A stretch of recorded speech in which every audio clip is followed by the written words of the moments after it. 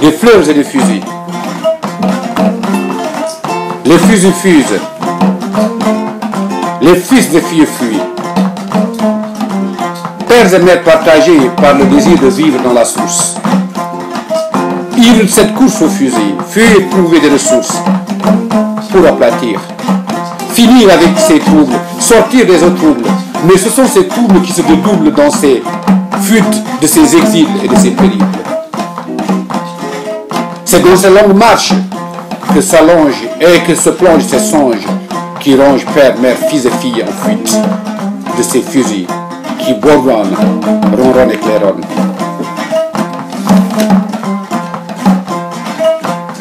Les fusils fusent. Les fils et filles fuient pour se mettre à l'abri de cette aporie. Ils sont sans appui. Et moi, mon souci, ce sont les dénis, les soucis de ces conflits, jamais finis, on dirait dans l'ordre de l'infini. C'est ce qui provoque le désordre, qui touche les cordes sensibles de mon cœur qui a perdu l'encenteur des fleurs, par l'impureté des coups de fusil qui perdurent et qui durcissent la peur et la sueur. Des fusils et des fleurs.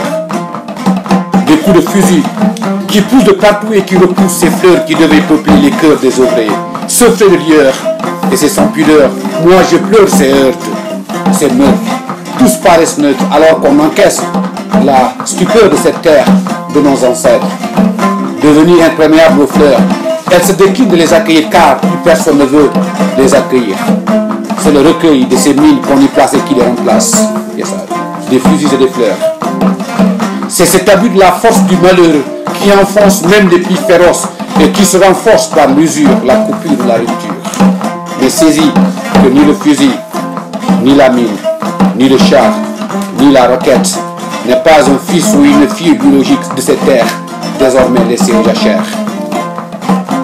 Ces terres sont pères et mères de travaux champêtres. Logique qu'ils soient importés et imposés sur nos dos de sorte qu'il n'y ait plus d'eau pour arroser nos fleurs.